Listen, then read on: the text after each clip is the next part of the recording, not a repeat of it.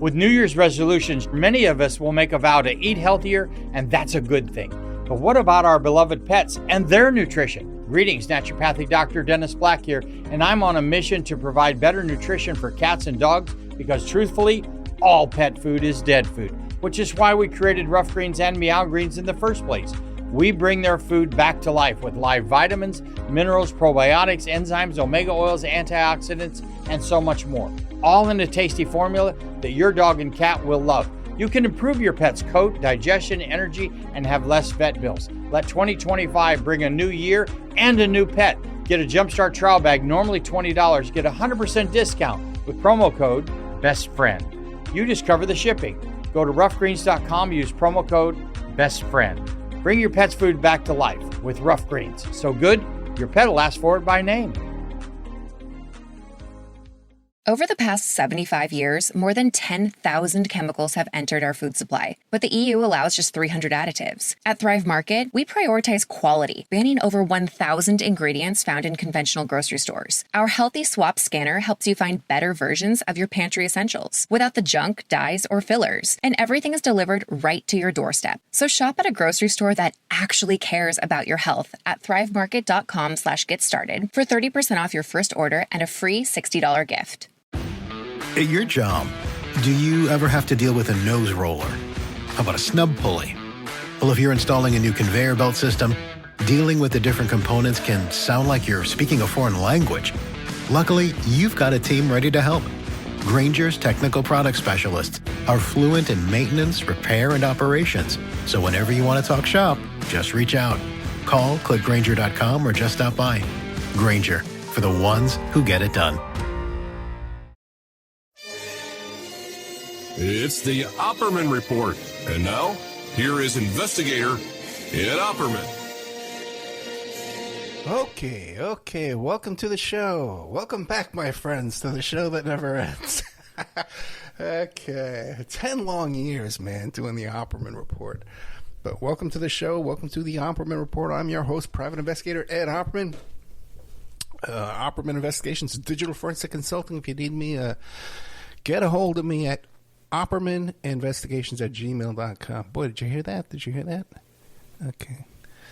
Welcome to the show. If you like the show, check out our Patreon. A lot of great stuff going on in Patreon right now. Let's take a quick look. I keep telling you about that May Pang show. I like May Pang, you know. It's not a great interview, but I like her in general. And that new film is excellent. The new one called Lost Weekend, a love story. Brand new content went up tonight. Jeremy and Kuzmarov from the Covert Action magazine online there.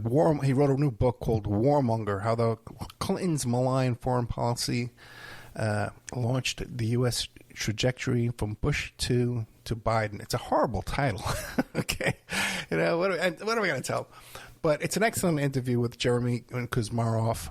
We get into the shenanigans of the Clintons.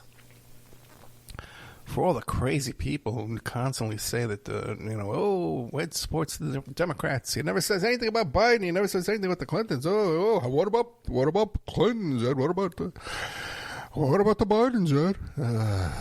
God, I'll be gone soon. Okay. I'll be out of my misery and find someone else to annoy. Chuck Ocelli interviews Ed Opperman. I was telling you about that last week when I went on a rant about strangling Chuck Ocelli, but I won't strangle Chuck. I promise. An old repeat Vince Palomera from JFK to Parkland to Bethesda, the Ultimate Kennedy Assassination Compendium. Brand new interview, Marianne Petrie. A lot of people don't seem to, at least one person. My goodness. You know, if you want 3 a.m. emails, interview Marianne Petrie. Dismantling family court corruption. Okay, and we get into, the nightmare of what our family court system is. Let's see here. The story of Mel's Hole. Don't forget that. The Art Bell story about Mel's Hole. I had another story. There's another famous story that I'm involved in. I got to take better notes. What goes, they did a study once. that when people are standing online at Burger King or McDonald's or something like that, I hate to mention those names or promote them, but that they'll rehearse what they're going to order. They rehearse in their head what they're going to say when they order the food. Okay? And I've noticed to be true when you're, as a private investigator, when you're going to interview somebody, if it's a scheduled interview, which mostly they are, you watch TV and stuff like that, they show people knocking on the door, just showing up, hey, all right, let's talk, But in real life, you call someone up, you schedule an interview, you sit down together. Anyway. But people will rehearse what they're going to say to you in advance. So you kind of just have to let them burn off that steam, and let them get out of their system what they want to say. And then I noticed the same thing too when I started doing a radio show, becoming a radio interview. And back when I used to do those 2-hour interviews, I would just let them burn it off. The first 15 minutes were just, okay, just burn off that energy, and just let them go. But what I've learned now is to let them burn that off in the pre-interview. Okay, when I get them on the show, I have a little checklist I go through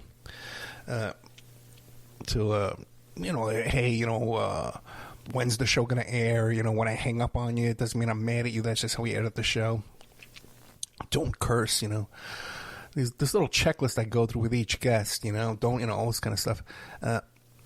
And I'll ask them, is there anything important you want me to ask you that you really want the audience to know? And that's usually where they have a little script ready to go there.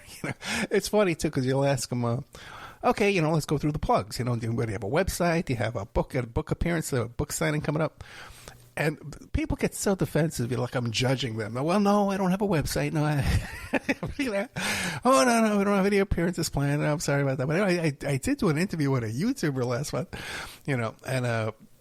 but so I try and, get them at ease during that pre-interview.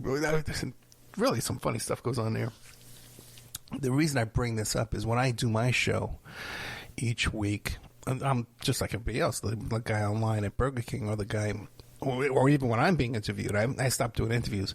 But back when I used to do interviews, I'd have my little shtick all ready to go. And I prepare what I'm going to say to you, now on Friday nights, But this week, I have a big Zoom presentation I have to do tomorrow.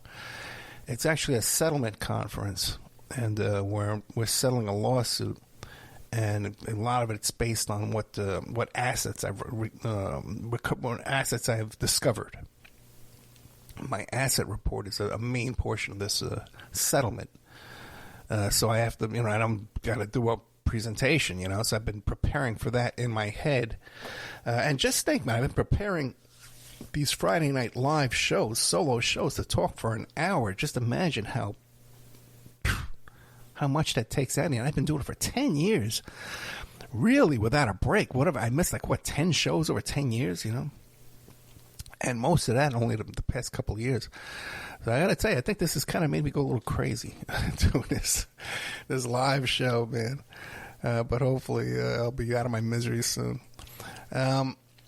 Let's see what else here. Sean. Oh, an old repeat with Sean Atwood that really hasn't seen the light of day much. It got stuck over in the member section, the old member section, and hasn't really played much about who killed Barry Seal and Pablo Escobar. That really hasn't been published. Oh, Quinn Mitchell, this kid is 15 years old, and he's up there in New Hampshire, and he's covering the political rallies and events and stuff like that. So we interviewed him. They got kicked out of a Ron DeSantis event by Ron DeSantis' goons. So I interviewed him. Nice kid. I liked him, Done a bunch of my live shows there. And then coming up tonight, we have part 1 and part 2 of private investigator William Dorsch and his new book, Omnipotent, Don't Ask, Don't Tell. We tried to get into the book, but we couldn't get away from his involvement in the John Wayne Gacy investigation. Now, William Dorsch, how I found him because people say, hey, how do you find these guests? We got all these people, they've never done an interview before. You're the first person to interview them. I found William Dorsch because there was an attorney involved in this litigation, and I was bugging this attorney constantly trying to get him to come on the show, and he was always making excuses. And then finally he says, talk to this guy William Dorsch, man. He's involved in this, and he talks to some local press here. So I got him on the show, just blockbuster information about the cover-up. He actually met John Wayne Gacy. His wife worked with him. And he's done a lot of investigation behind the scenes. And when we get into the show tonight, you'll hear about this other location he knows of on Miami Avenue over there, this apartment building where Gacy used to do maintenance and landscaping. But they were digging trenches, 6-foot deep trenches over there for no logical reason. And clearly it was to bury these bodies. They brought out a company that does ground penetrating radar. And the company found anomalies. I have the letters from this company, by the way, where they say, we found these anomalies, we found the locations, but when the police came out and let us do the search, they wouldn't let us search in the locations where we know the bodies are. So we get into all that in far more detail, man. Great guest, William Dorsch. So it's a two-part show tonight. Both of them are going to be about John Wayne Gacy, William Dorsch, the private investigator. Occasionally, I'm very proud of an interview, and this is one I'm very proud of. I'm proud of the first one I did with him, and I'm proud of these two as well. You're going to find out stuff about the John Wayne Gacy case that you haven't heard anywhere else, not even in all these many documentaries and Netflix and stuff like that. In fact, they came to William Dorsch, and they asked him to cooperate, but we talk about that, too, about how these documentary film companies, they'll try and get you on board and get you to sign an NDA, and then you can no longer talk about stuff, like I talk about here. I've been tricked a few times. I've been fooled a few times in different things that I can't talk about. I kind of hint about it, because if you sue me, man, if anybody sues me, they're going to wind up paying me to settle, because I'll keep them in court for the rest of their life. And people kind of realize that, when they start messing with me. But anyway, so William Dorsch tonight, part 1, part 2, but a lot of great stuff on our Patreon. And I encourage you to get in there and support it, because I seriously need your support. I got, I don't want to get into this, but my health is so bad right now. Right now, I got a fever now tonight doing this interview. So I'm not going to be around much longer, guys. To just get ready for that. If anybody out there, man, when any of these people start coming forward and said, "Oh, Ed was my best friend. Me and Ed were co-hosts," that kind of crap, man, I'll come back from the grave and strangle you. Just ask Chuckacelli. Okay, I'll strangle your ass, man. Bunch of good stuff coming up. I interviewed Ian Totten, who has a podcast called Deathcast about the West Memphis 3. We have that coming up. Who did I tape with? I got one coming up for you. I got a train wreck. Remember I did that week of train wreck interviews, and people got upset with me too, saying, "Oh, Ed, you had such a great show, you had so many great interviews. Why are you playing all these train wrecks? They're the worst of the worst." Oh, yeah. So I find this guy. He claims to be he was a firefighter, fire control technician, or whatever he calls himself, up in Antarctica, and that he discovered some equipment up there in Antarctica that could cause earthquakes. So I heard this story, and I looked up his website. Kind of an obscure guy, hard to find, like when you Google his name, it doesn't come right up, and it took a little effort to find him. And then I contacted him a few months back, and I remember him saying, "Let's do this the first month of November," but I lost him off the schedule. I couldn't find his information. And I was trying to figure out Antarctica, a firefighter, who's the guy, what's the guy. So he contacts me that afternoon to do the interview. And he goes, "Okay, I'll be calling you. We're doing our interview in an hour." And so I said, "Okay, great, let's do it. So right off the bat, off the air, he says he doesn't want to introduce himself. He wants me to introduce him, do the introduction. And that he's not a very good storyteller. He doesn't want to tell a story. He wants me to ask him questions. So I says, "Okay, fine. you know, it was very uncooperative even before the interview. And then we get into the interview, and he's talking about Project Stargate and Ed Dames. You know, I had some personal involvement with Ed Dames, Major Ed Dames, a remote viewer, and I'm not very impressed with that whole these lava tubes in Hawaii and all this nonsense. You know, I don't think his predictions have held up over the years from when he was on the Art Bell show, and that whole cast of characters that were on Art Bell. I know a lot about, you know. We'll talk about Mel's Hole and all that kind of stuff. I know what went on behind the scenes over there. And it was really entertainment. It was not a lot of fact-driven investigative reporting on the Art Bell show. As much as I love Art Bell, God, I love him. You know, I love that show. And no one will ever replace him. It's just, you know, the way he could turn a boring interview into a great interview, man. Art Bell is a legend. Okay, and his show, man, reached more people overnight than you could imagine. You would go on that show, and your website would crash. You'd have so many hits on your show, you know? With New Year's resolutions, many of us will make a vow to eat healthier, and that's a good thing. But what about our beloved pets and their nutrition? Greetings, Naturopathic Dr. Dennis Black here, and I'm on a mission to provide better nutrition for cats and dogs, because truthfully, all pet food is dead food, which is why we created Rough Greens and Meow Greens in the first place. We bring their food back to life with live vitamins, minerals, probiotics, enzymes, omega oils, antioxidants, and so much more, all in a tasty formula that your dog and cat will love. You can improve your pet's coat, digestion, energy, and have less vet bills. Let 2025 bring a new year and a new pet. Get a Jumpstart trial bag, normally $20. Get a 100% discount with promo code BESTFRIEND. You just cover the shipping. Go to roughgreens.com, use promo code BESTFRIEND. Bring your pet's food back to life with Rough Greens. So good, your pet will ask for it by name. If you're a facilities manager at a university, you know students rely on the cafeteria for breakfast, lunch, dinner, and the occasional late-night snack. So when a dishwasher breaks down and dirty plates pile up, the mess hall can turn messy in the blink of an eye. Enter Grainger. With over 1 million industrial-grade products and fast delivery, the product you need now is never far away. So you can turn that dishwasher back into a lean, clean washing machine. Call, click Grainger.com, or just stop by. Grainger, for the ones who get it done. But anyway, so I start interviewing our friend here this week about his Antarctica adventures. And, you know, I'm trying to, listen, you know, if someone has extraordinary claims, you need extraordinary proof to back up those claims, okay? Now, he's claiming that HAARP was still active. I know it's not. I know people in Alaska. I've been very involved with my investigation of palins in Alaska. I'm still in touch with people in Alaska. I had an ex-girlfriend who lived in Alaska. You know, I know HAARP is not active anymore, okay? I know this for 100% fact, okay? It's not. But he says, oh, yes, it is. Okay, so I didn't argue with the guy. I just let him say it. Then, you know, and the audience can listen, you know, and then make their own judgment. I'm not here to argue with people. I did kind of get into a little...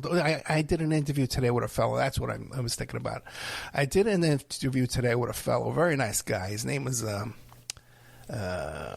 Richard Otto. Okay, I found him on Facebook, and he's written these 3 books about all kinds of stuff about I guess you'd call it deep state. And politically, you know, we disagreed about some things, and we kind of disagreed about some things. Sometimes things set me off a bit because I know what's going on. I know things behind the scenes. I know the people involved, you know. And so it was a passionate interview, but very respectful, and I like the guy a lot, and I'm going to have him back, okay? Unlike Mr. Antarctica, okay, who I can promise you, man, this guy's never coming back. But it got so... The guy started saying towards the 3/4 into the interview that he didn't even believe that I had a real radio show. He didn't believe. They thought that maybe I was a private investigator investigating him for Raytheon or something, or who knows what. I don't know what his theory was. And I kept telling him, I says, look, man, we know a lot of the same people. He was on Sean Edward. I've been on Sean Edward, you know. I says, dude, you know, Google me right now while we're on the phone. My name comes right up. It's not an obscure show. I'm kind of well known, you know. But he was convinced that perhaps I was just like investigating him, and it wasn't a real radio show. And it went downhill from there. I kind of get the impression, coming out of Revolution Radio, freedomslips.com, that really crazy internet station that I started out on, doing internet radio on Thursday mornings, you know. And they would have a lot of guests on talking about Nibiru and the end of the world and, you know, all kind of wacky stuff, you know, jump rooms to Mars and Kerry Cassidy, all kind of weirdo stuff, ex-CIA, NSA, all this weirdo stuff, you know. And, you know, after being there a couple of weeks, I realized that these people are full of it, man. They're a bunch of them making stuff up. And it seems like there's a lot of hosts will bring people on like that, and there's like a little wink, you know. Yeah, you know, I'm not gonna be too tough on you. I'm not gonna ask you tough questions. I'm gonna let you BS my audience. I don't know, man. If you have some kind of really serious information, and you have a chance to come on the radio and have your story and your credentials vetted, I say, do it. Right? Why wouldn't you want to do that? If you have nothing to hide, why wouldn't you want to be vetted? So anyway, they look forward. I want to. It's probably going to go up for free in the middle of the week. Not as I was talking to one of the guys that helps me out with the editing and stuff. I said, "Hey, did you listen? What do you think?" And because the guys call me a hack and saying that I'm just trying to fill time, that we shouldn't put it on Patreon, because then the Patreon listeners will get upset. Oh, those guys just trying to fill time, or you know, and then we can't send out to the stations. There's just not enough there, and it's just too much bickering. And how embarrassing would that be, man? To be, you know, you're driving in your car and you're interviewing someone, and the guy say, "Well, I don't really believe I'm on the radio." You know, like that would just be too cruel. So, and by the way, and this show here, this Friday night show doesn't go on AM/FM radio. It just goes out to the podcast listeners. So it's much smaller audience. It's much more intimate. And by the way, too, there's people that only listen to this. They don't listen to any of my interviews. They just listen to this, and then have all these kind of complaints about me. Just so bizarre. This whole biggest mistake of my life was getting involved in this, man. Got a bunch of guests coming on. These are all, I got books in my hand here, brand new books that aren't even available to the public yet. One is called The Life We Chose, about William Big Billy D'Elia, mafia fellow.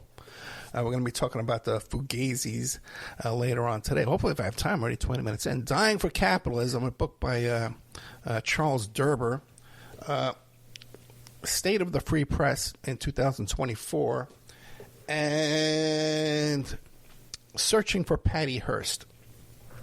Now, those are just the books I have in my hand. We have a bunch of really, really big interviews lined up and planned. I think we're covered all that stuff I needed to get out of the way. But stay tuned tonight for William Dorsch. Really good stuff. Okay. Now, there's some serious people that listen to the show that are appreciative of my weekly rundowns on the Trump litigation. This was a pretty big week here with Trump testifying, his daughter testifying. So I want to get into some of that, even though it seems like it was years ago that Trump testified, that his daughter testified. And then there's the others who just, whenever I mention the name Trump right away, oh, Ed, you're Trump, what's that, Trump derangement syndrome. Oh, Ed, you just hate the Trump. Oh, everything is, I'm just telling you what's going on. You know, I don't know what to tell you, man. There was a thing this week with Trump where he was acting very bizarrely on the stand. And when he took the witness stand, he was very combative. He was repetitive, repeating himself and making these long-winded arguments. And the judge was like saying, you know, what is this? This isn't a campaign speech. You know, you get to the point.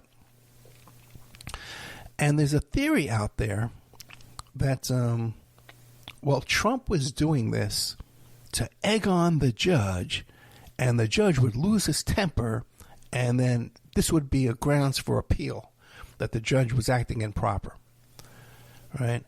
Which is just absolutely ridiculous, you know. First of all, this is the penalty phase. This is the damages phase of this litigation. Trump has already been ruled. Judge Engron has already ruled that Trump and the Trump Organization is a fraud. That they've used fraudulent documents, fraudulent financial statements, and it's been a pattern of this, okay, over 10 years. That's done. So what are you going to appeal? You want to appeal that portion. What are you going to appeal now? This business about the damages? But there was something, and you'll see people like on court TV chat rooms and stuff like that. They're watching a trial,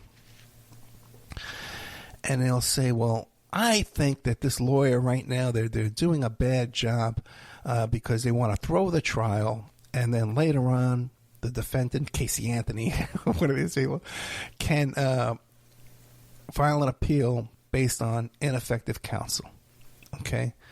Which is the stupidest thing on the face of the earth. You don't want to be in a trial hoping for an appeal. You want to throw all your grenades during that trial.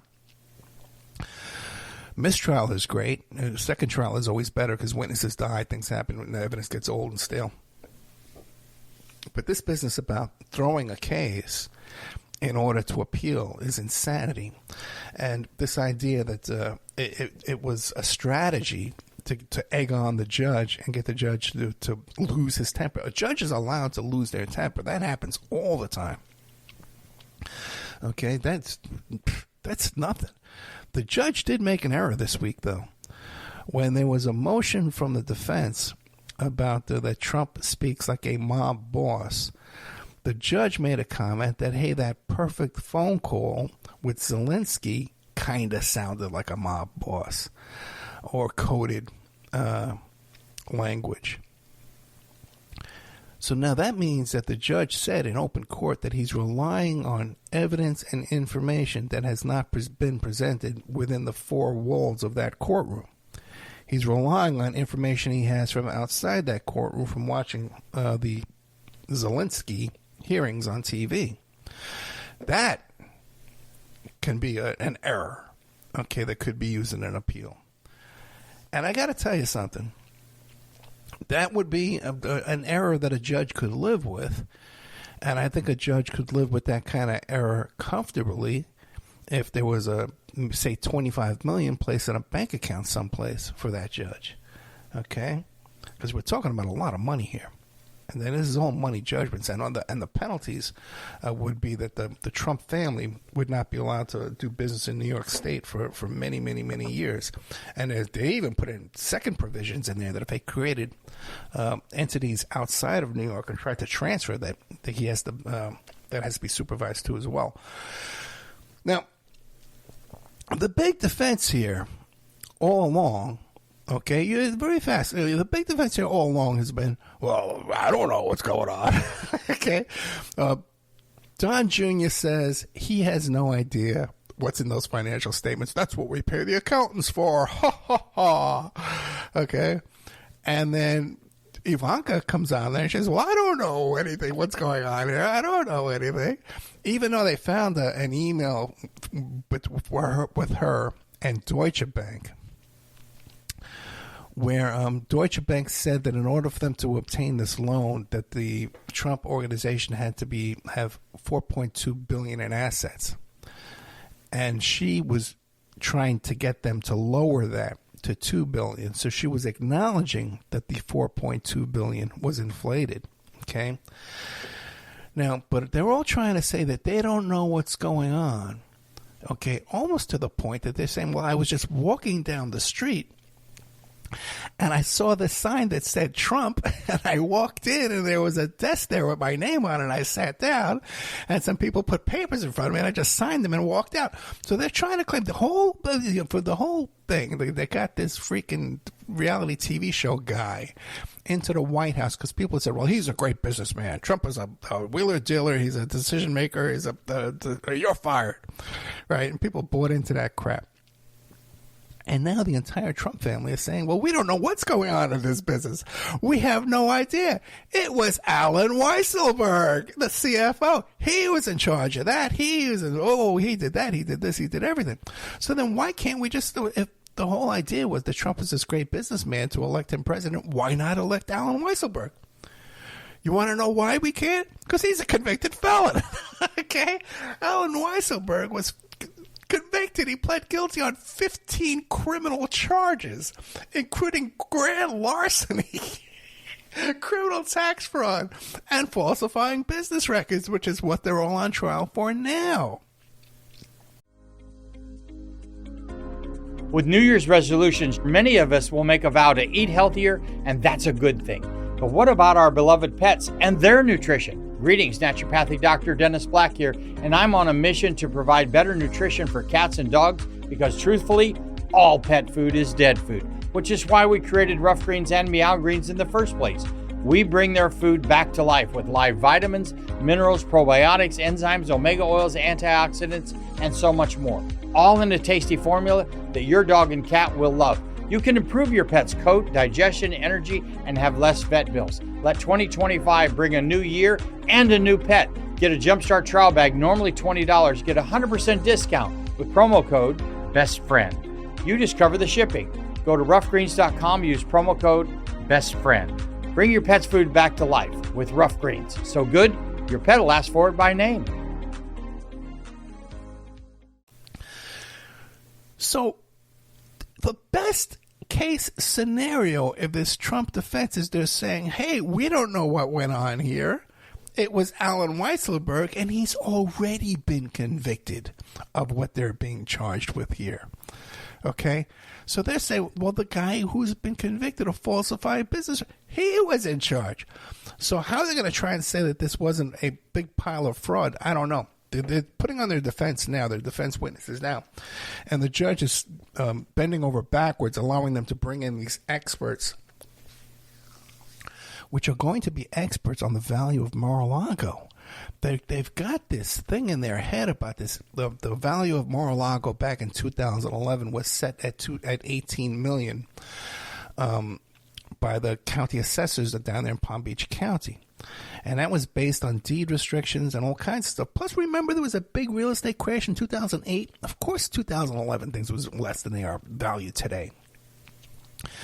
But the range was 18 million to 28 million. The 28 million, yeah, which later on in 2020, they said 28 million. No one's saying that Mar-a-Lago is worth today 18 million. No one's saying that. Not even the local tax assessors saying that. So people keep emailing me, messaging, saying, do you really believe Mar-a-Lago is only worth 18 million? No one does. No one's saying that. The only one saying that is Trump. That someone's saying that. Show me where anybody's saying it. See, this is why I'm convinced that the next stage of this operation is Trump is going to fire his attorneys, much like Darrell Brooks. Remember Darrell Brooks? That guy, I kept telling everybody to watch that Waukesha, Wisconsin case with Darrell Brooks, who ran down all those people in the Christmas parade, and he was defending himself, and he was a sovereign citizen. And he would start off every morning saying, well, Your Honor, we have to establish subject matter jurisdiction.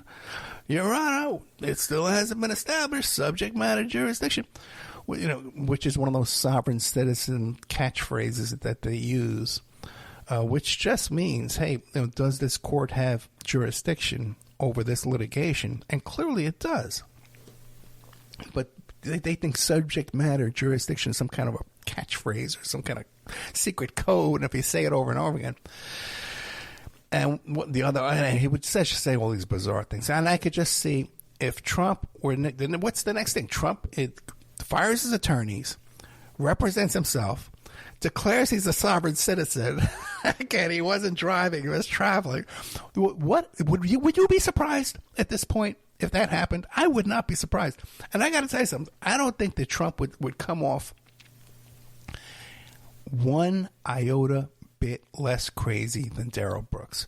Okay, not one iota bit, not one bit. I got to tell you something. I have a friend who's in that courtroom down there in New York almost every single day. She's a New York reporter. She doesn't want to come on the show because of some of my, anyway. But according to her, Trump appeared very unstable, okay, on that witness stand.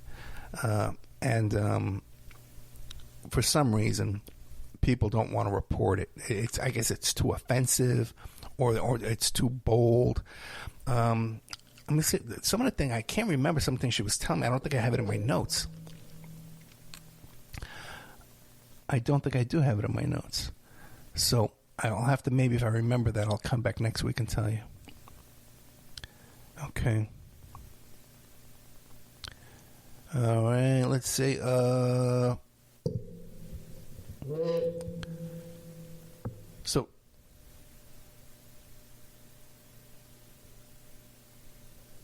oh yeah, by the way, too, man, there's chances, too, that they could be charged criminally after this, too, after this trial. Hey, Hunter Biden is suing Patrick Byrne, the Overstock.com guy, who was in that off-the-rails meeting there. He's suing him for defamation complaint, for defamation because he's saying that Patrick Byrne claimed that he took money from Iran. And I guess he took sought a bribe from Iran.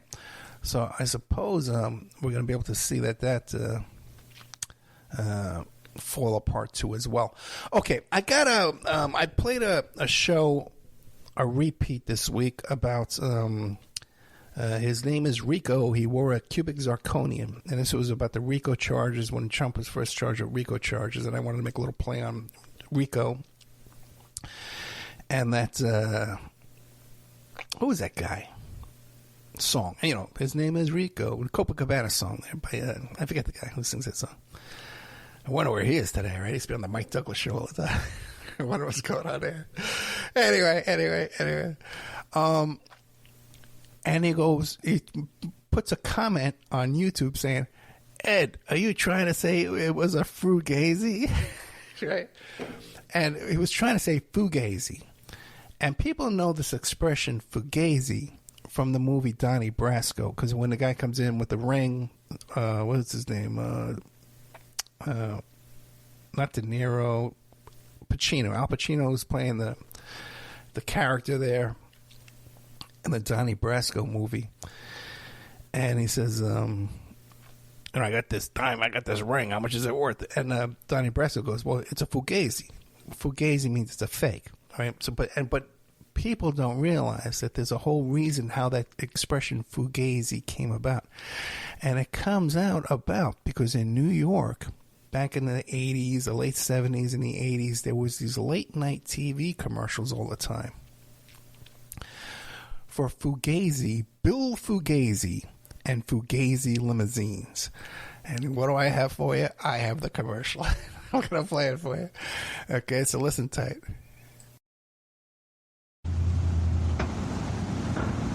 Are you tired of fighting for a taxi, being cramped in messy cabs, and ending up missing your plane or a crucial appointment? Hi, this is Bob Fugazy, Continental Hope, announcing the expansion of Fugazy Continental's limousine service into Westchester and Fairfield counties. Reserve a Fugazy sedan or limousine for a fine ride and maximum comfort. Not much more expensive than a taxi.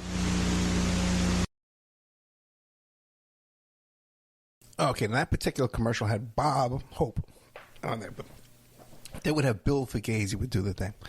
And the reason how this whole thing came out about the name Fugazy being associated with a fraud or a fake or a wannabe is because you'd see these commercials with these big stretch limos and these town cars, Bill Fugazy, but then when you went to order one of these limos and they would show up, it would be this old, dirty car. You know, it wasn't the prestigious limousine experience you were expecting. And if you were an organized crime figure, you know, I guess back in those days, I'm a little out of touch these days, but you would have a driver and you'd have a town car. You know, you'd drive around in your town car, you'd have your driver, your bodyguard with you. So if you didn't have a bodyguard and a driver and a town car, you would call up Bill Fugazy, okay, and get me a town car to take me. I want to look impressive when I'm out, you know, meeting with my gavons, you know, at the coffee shop, right? and then they would say, oh, the guy's a Fugazy. He's not a real wise guy. He's not a real gangster. He's a wannabe gangster. He's a Fugazy. That's a Fugazy limousine.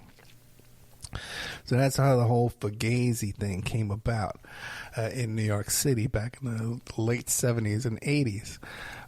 As a matter of fact, this is funny because I had a limousine. I had a limo driver when I was 19 years old, 20 years old. Way up until, my first limo driver was this guy who was a nice guy. He ran this little, I found his ad, and it was a one-man show. But then he started advertising his limo company on the Playboy pornography channel. On the Playboy channel on cable TV, he had an ad for his limousine company. And then this was like in the it wasn't late 80s. No, it was like very early 80s, like 1982. And or maybe like 85 or no, it would have to be like before 85.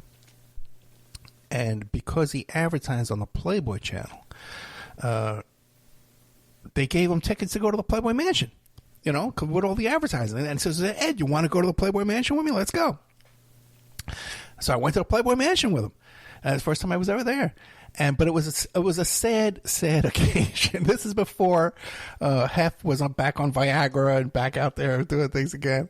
And it was just a very sad night there of advertising people and playmates that were looking at their watch when their shift was over and they could go home. It wasn't a celebrity-filled night of pleasure that you hear about the legendary Playboy Mansion. So he was my first limo driver. Then my second limo driver was Joey the Worm. This was, oh my God, I wasn't even thinking about telling you about this. My second limo driver was Joey the Worm. I don't remember his real name. Joey the Worm. And fascinating guy. He and his father-in-law would do these stick-ups, these robberies, where they would like drive a car, they'd steal a car, and they'd drive it into the window of like a fur store or a jewelry store and stuff like that, and then run in there and steal all the furs and jewels and run out. Like crash and grab, they called it, And then he would blow all the money, going to Hawaii on helicopter tours in Hawaii and stuff like that. Joey the Worm. Oh my God, I forgot all about him. Oh, I'm gonna do a whole show on Patreon, and I'm going to go back over all the stuff about Pete Stenistrud, Pete the Nut, who was my bodyguard driver when I was like still in high school. And I was like an 18-year-old kid, and back then I looked on his obituary. You can look it up yourself, Peter Stenistrud on Staten Island. And so I figured out he was about 35. I always figured he was like 45, late 40s. He looked so old when he was driving for me, And we called him Pete the Nut because he had mental health issues, and they kept putting him in a mental health institution, Staten Island Psychiatric Center. I used to go in there and visit him, take care of him in there. I think I told the story one time about how I was bringing up some bottles of soda, and they stopped me and says, hey, are those glass bottles? Because you can't bring any glass in here. And meanwhile, I had two guns on me. I had a shoulder holster and an ankle holster, walking in there with two loaded guns. But I thought, oh, no glass on me. Don't worry. Okay, come on in. Things are so different back in those days, man. Things are so different. But I had my own limo driver when I went to see, I had to go visit some guys in Brooklyn, okay, who were organized crime fellows. And the first thing they said to me was, well, what are you, Fugazy? And I didn't really understand what the expression meant. I heard of Fugazy limousines, and I heard of people saying Fugazy, but I wasn't pretending to be some kind of... Usually what would happen back in those days, if you were a youngster, our age, okay, and you were involved in some kind of criminal activity, you were dealing drugs or something like that, you were doing stick-ups and things, it's extortion, right away the first thing out of your mouth is, oh, my uncle's this guy, my cousin's that guy, I'm with this guy, I'm with that guy. Well, you'd be dropping names of all these people. And some of these people were legit. They did have these people in their family and stuff like that. Well, I wasn't a friend, but a guy I knew who his father was killed by organized crime on Staten Island. And he was a tough kid. Man, he was a short, but a tough kid. When he got shot like 7 or 8 times on like 7 or 8 different occasions, he got shot, and lived through it all. And one time he was out, everyone knew the kind of weight I was moving.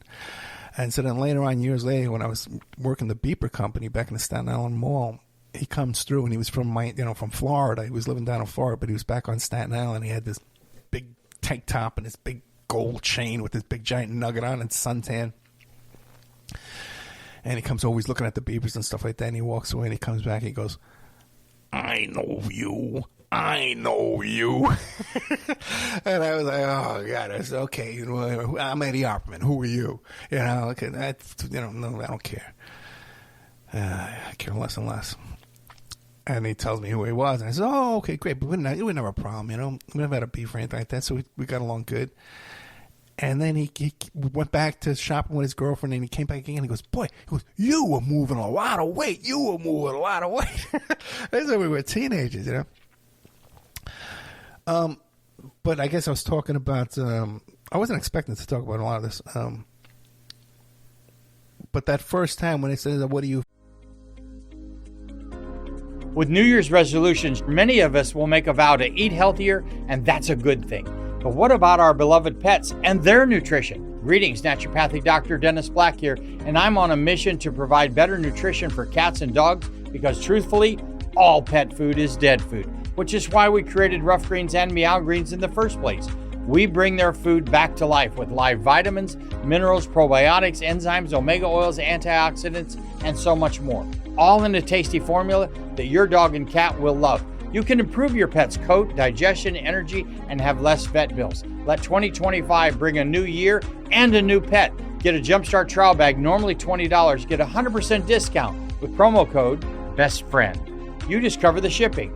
Go to roughgreens.com, use promo code BESTFRIEND. Bring your pet's food back to life with Rough Greens. So good, your pet will ask for it by name.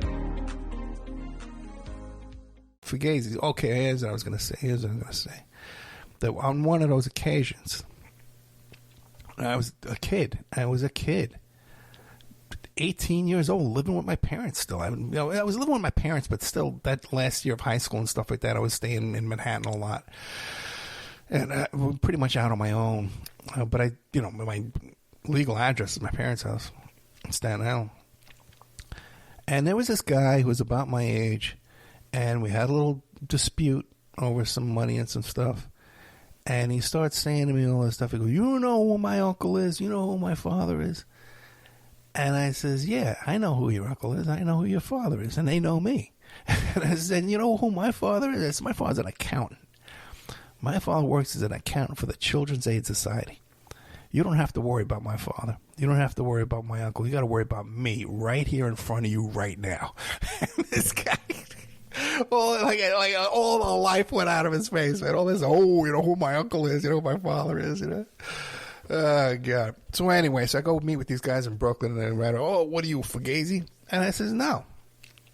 And I says, guys, everything I do, I got my own guys, I got my own people. I'm not kicking up to anybody. I don't plan to. I don't plan on kicking up to anybody. I didn't have to kick up to anybody until we got into the nightclub business. When I was doing my marijuana stuff back on Staten Island, I didn't kick up to anybody, man. I wouldn't even dream of it, man. I wouldn't even entertain that at all. You'd have to kill me. And some of the other spots were run by the Colombo family. Was running Willowbrook and College of Staten Island. Those two spots over there, they used to sell this hash. It was a Thai stick. They used to call it Thai stick, Thai weed, that they would get off these container ships would come in, and they'd sell it over there.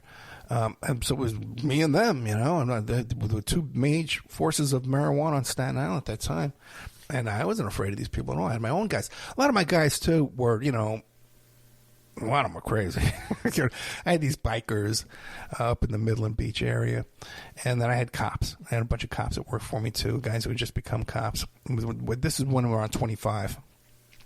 I had my cops. One of the things I did with that managed to smooth things over with those Brooklyn guys was when I was meeting with them in my limousine. Where I picked them up in my limo with my limo driver. That was the guy with the Playboy advertising. That guy. And he wasn't a bodyguard or anything. He was just a guy. And we picked him up in Brooklyn to meet with them. And one of my other connections was Tennessee. I used to get these marijuana from these growers in Tennessee. So one time they came up and they had dynamite. Okay, because back in those days you could legally buy dynamite in Nevada, Arizona, places like Tennessee. You could legally go into a store and buy it. There wasn't even until years later you had to show your driver's license to buy it. You could just buy it without a license at that stage. So they had this dynamite. So when I was meeting with these guys, I had one of my cops with me, I think, and I was meeting with these Brooklyn guys, and they were going to shake me down. You know, their plan was that these guys were going to try and shake me down. But I said to them, I says, hey, look, I've got this, and I'm holding up 2 sticks of dynamite. I brought this with you to show you. I've got this dynamite. I can get you all you want. I can sell you this dynamite. And not only that, I can get the blasting caps and timers. I can even assemble it for you. And once again, I'm watching all the blood drain out of these guys' face. And these are grown men. I was a kid, man, but these are grown men. And I got to tell you, man, you know, I'm sitting around here today. It's been a long life. And I talk to people, man, you know, I tell them, man, listen, someone tells me they're broke, they need to make some money. I said, well, listen, I got a lot of projects here. We can make a lot of money. That's all we got to do. I just need some help. You know, all legal stuff. And the first thing out of their mouth is, oh, what do I have to do? I can't do that. Oh, I don't know how to do that. When I was a kid, when I was, man, like coming up, you know, I would, on a dime, leave my house with $50,000, $100,000 cash, go out into the desert of Arizona or go over the border to Mexico. Sometimes by myself, or maybe 1 or 2 other guys with me, you know, for an opportunity to advance my life, to make some money, you know, and have an adventure. And man, that does not exist anymore. That just does not exist anymore. The only people like that now are these youngsters with like no impulse control and can't even put a sentence together, and they're just like I'm hopped up on all kind of drugs out there that are dead in 24 hours. The idea of someone, you know, just having the balls to do anything, I don't see it at all out there anymore. And anyway, I guess I'm getting old, getting tired, getting sick. I'm sick again this week. I got a fever again this week. And well, I don't know what to tell you.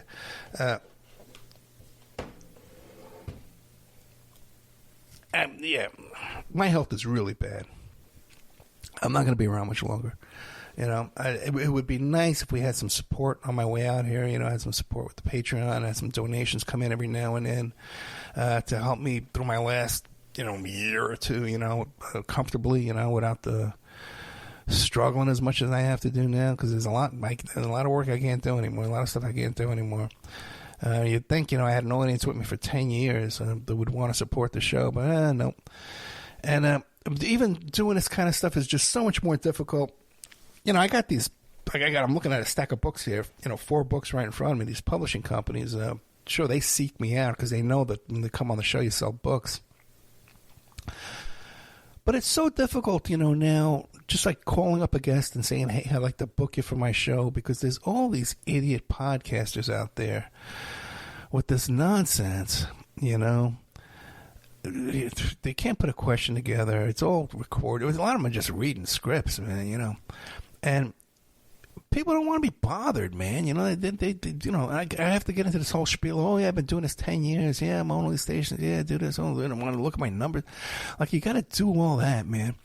And it's just exhausting. So, let's see. That's about it. Fugazy. Okay.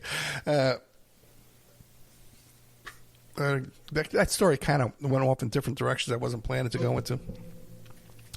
But I am going to put up the whole story, all from the beginning of my smuggling days, and Pete. And Pete was involved, too, in the whole thing, meeting Beagenwald, the serial killer, and that whole story about when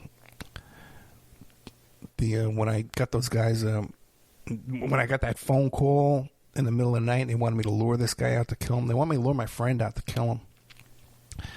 And I told him, well, how much does he owe you? And he says, well, he owes us, I forget how much it was. And I says, well, how much do you charge him per pound? And I said, well, we charge him $7.50. And I said, okay, fine. Charge me $9.50 until his bill is paid off, and then everybody's cool, And so, but what they had taken, they had gone to his house the night before and roughed him up and took his pot back from him, and they sold it to me. And so the next day he calls, I'm out. I need some stuff. I said, yeah, I know. I didn't tell him. So I actually went and sold him back his own stuff. But what the part with that was is when that's a great story. I'll tell that whole story and all the whole thing because it's all the same guys. Part of that deal was when those Mexican guys called me up to lure him out, and then they want me to come to them and buy some stuff from them. I'm going in there, and I know they have killers in town with them. They want money, and here I'm walking in there. So I used my other guys, my Tennessee growers who were Vietnam vets and stuff like that, to be my security for that deal. And then I sold the guy back his own pot. That's a great story, man. I've told it on here before. But I'm going to tell all that stuff because it's all the same people over and over again. And I don't think I've ever tied it all together and explained who was who and how they were all connected. And how the Tennessee guys were involved with Beagenwald, the serial killer, how they were involved with selling a guy back his own pot, and all that kind of stuff. Anyway, I'm exhausted. I got a fever. I'm making no sense. I got a big presentation I got to do tomorrow. Huge. Actually, not really a huge payday for me, but it's a huge payday for the clients, man. It's very serious money for them. I got to do the right, be on top of that. Coming up after this will be William Dorsch, private investigator William Dorsch. He lives in Bulgaria. And he tells me about how nice it is over there in Bulgaria. I believe him. The USA is going downhill, man. We live like slaves in this country, man. I was talking to this guy today, Otto, about how we spend all this money on arms and military-industrial complex and surveillance and intelligence. All that money just down the drain, man. For what? So we can live like slaves here in poverty and misery. Hope you enjoyed the show. All right, good night. But check out William Dorsch. These are two good shows tonight, okay? Good night.